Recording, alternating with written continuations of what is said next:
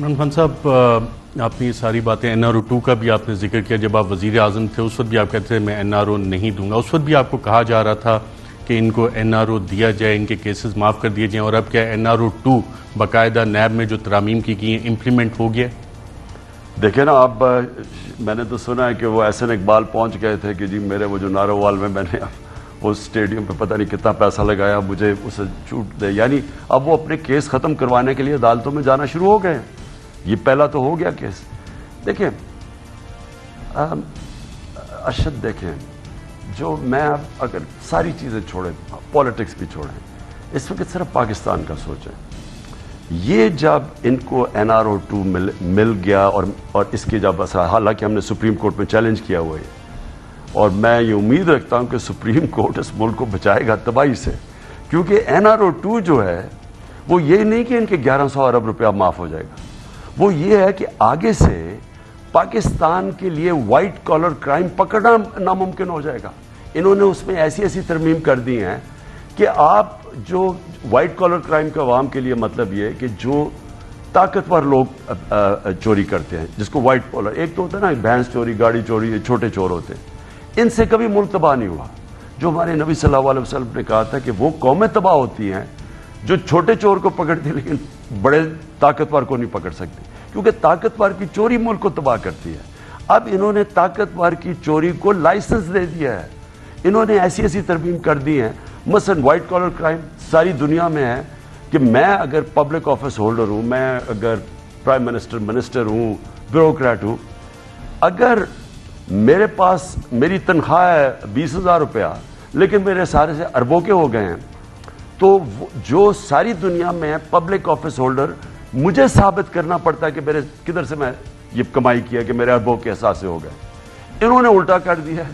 انہوں نے کہا کہ نہیں، اب نیب ثابت کرے گی کہ جناب آپ کے پیسے کدھر سے آئے. وہ تو ناممکن ہے اگر ان کے پاس اچھے وکیل ہو.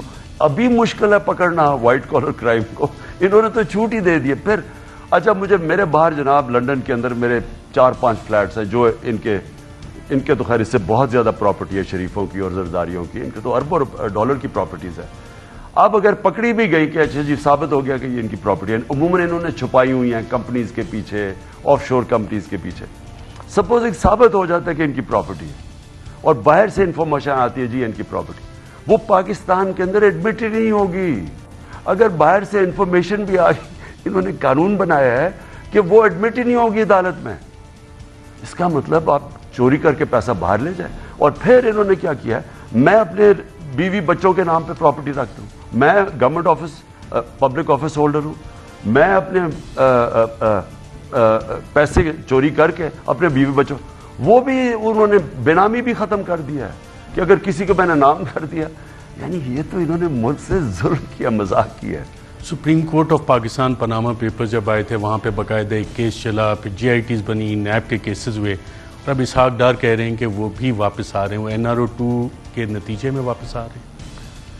دیکھیں اسحاق ڈار کی پہلے تو جو حدیبہ پیپر مل میں جو انہوں نے واضح طور پہ میجسٹریٹ کے سامنے کنفیشنل سٹیٹمنٹ دی ہوئی ہے، اور وہ میجسٹریٹ پوچھتا ہے کہ یہ تم بالکل تمہارے پر کچھ پریشر تو نہیں ہے؟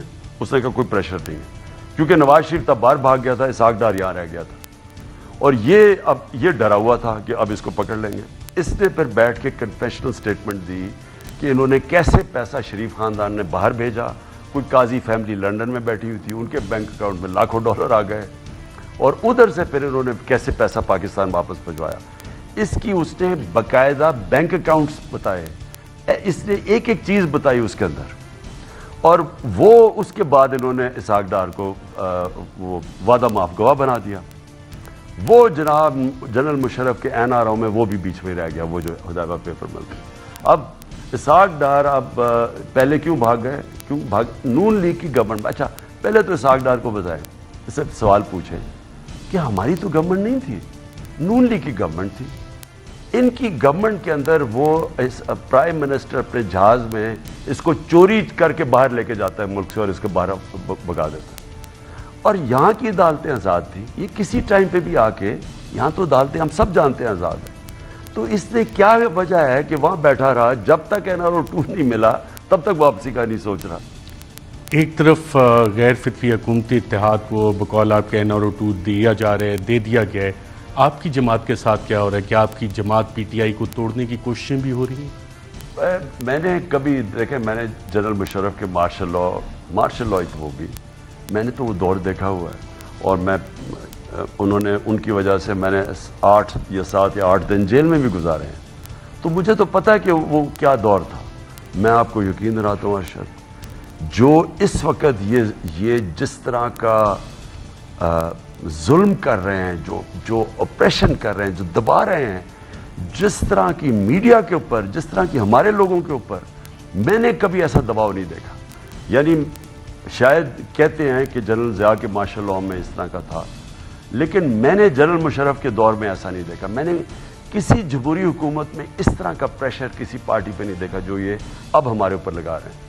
سویلین فساد ہے جس کے پیچھے پھر مارشل لا ہے؟ مجھے تو یہ مارشل لا، اگر دیکھیں نا، آپ میڈیا کا منہ بند کر رہے ہیں، میڈیا کے اوپر جس طرح کا پریشر، کدھر گئے وہ لوگ جو ہمارے زمانے میں ہر روز ہمیں گالیاں پڑتی تھی میڈیا سے، اور ہمیں کہتے تھے جی ہم میڈیا پہ کچھ کر رہے ہیں؟ وہ کیا کر رہے تھے؟ ہم تو اپنے آپ کو بچا رہے تھے سارا، کہ کوئی فیک نیوز آتا تھا تو میں عدالت میں ایک میڈیا والے جس نے میرے پہ جھوٹ کیا، میرے یہاں بنی گالا کے اوپر بھی اور کوئی ذاتی زندگی پہ کیا، میں عدالت میں 3 سال 3.5 سال مجھے تو انصاف نہیں ملا۔ میں عدالت میں اس کو پکڑ کے، اسی جرنلسٹ کو نواز شریف نے پکڑ کے 3 دن بند کے مار بھی پڑوائی ہوئی تھی، میں نے تو عدالت میں گیا، تو ہم تو وہاں بے بس پھر رہے تھے، ہمارے وزیروں کو برا بلا فیک اکاؤنٹ، فیک نیوز ان کے اوپر آ رہی ہے۔ یہاں یہ ہو رہا ہے کہ دھمکیاں دی جا رہی ہیں، FIRs کاٹی جا رہی ہیں، سوشل میڈیا کے لوگوں کو اٹھایا جا رہا ہے، اور ہر ایک کو کوئی اتنی سی کوئی دے دے اس کے اوپر دھمکیاں آ جاتی ہیں۔ ایسا تو ہم نے کبھی نہیں دیکھا۔ یعنی میں نے پہلے ہوگا جنرل ضیاء کے زمانے میں مجھے نہیں پتا، لیکن مجھے اس دور میں تو مشرف میں بھی ایسا دور نہیں ہم نے دیکھا۔ آپ کے اوپر 15 FIRs ہیں، آپ کی جماعت کے اوپر FIRs ہیں، آپ کو لگتا ہے اس میں بہت سارے سیکشنز وہ ہیں جو 1857 کی جنگ آزادی کے بعد وہ سیکشنز ڈالے گئے، خاص طور پہ 124، 505، 501 اس طرح کے سیکشن، اور وہ آپ کے اوپر ڈالے گئے، اور جو آپ حقیقی آزادی کی جنگ کی بات کرتے ہیں، جب آپ عدالت میں پیش ہوئے تو آپ کو خیال آیا کہ ان قوانین کو بدلنے کی ضرورت ہے پاکستان میں، تاکہ 75 سال بعد کم از کم جو گورے کا قانون ہے اس ملک میں اسے تبدیل کیا جائے، اور پچھلے 3.25 سال میں آپ نے کوئی کوشش کی ان قوانین کو بدلنے کی؟ دیکھیں، 2 چیزیں ہیں ارشد۔ ایک تو انہوں نے جو کیا ہے، اب میں سوال یہ پوچھتا ہوں کہ ان کے دور میں 3 دفعہ لانگ مارچز ہوئی، مولانا فضل الرحمان یہاں آیا، وہ کانپے ٹانگنے والی ایک مارچ ہوئی یہاں، تو کیا ہم نے کوئی کسی کے اوپر FIR کاٹی، کوئی روکے، کوئی کنٹینرز رکھے؟ یعنی ہم نے ان کو کہاں روکا؟ یعنی انہوں نے کیا کیا چیزیں نہیں کی؟ اب یہ حالات ہیں کہ کئی جگہ کے اوپر ہمیں ہوٹل میں کمرہ نہیں دیتے، یعنی ہم اگر کوئی کانفرنس کرنا چاہے وہ مشکل پڑ گیا ہے۔ ہم نے جب جہاز کے لیے چارٹر کرنے کے لیے، جب پیچھے جلسوں کے لیے، وہ چارٹر والے پیچھے ہٹ جائیں، وہ نہ کچھ کریں۔ یعنی ہم نے تو کبھی ان کو کچھ نہیں کیا، ڈیموکریٹک گورنمنٹ ہماری تھی۔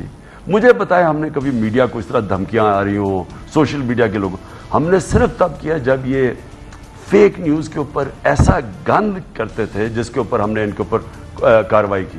لیکن یہ جو اب ہو رہا ہے، یہ تو سیدھا فریڈم آف ایکسپریشن، جمہوریت، اس سب کو دبایا جا رہا ہے، اور کیونکہ یہ آرٹیفیشل سیٹ اپ اوپر لے آئے ہیں، اب اس آرٹیفیشل سیٹ اپ کو ایک سلیکٹڈ سیٹ اپ کو جو کہ بیرون ملک کی سازش کے تحت آیا ہے، ان کو اب اوپر رکھنے کے لیے یہ سارے حربے استعمال کر رہے ہیں، جس کے اندر میڈیا کے اوپر جس طرح ہمارے لوگوں پارٹی توڑنے کی بات کر رہے ہیں، ہمارے میں نے ابھی انٹرویو کر رہا تھا اپنے کینڈیڈیٹس کو جو بائی الیکشن کے ٹکٹس کے لیے، ان کو کئیوں کو دھمکیاں آئی ہیں کہ آپ ٹکٹ نہ لیں PTI کا۔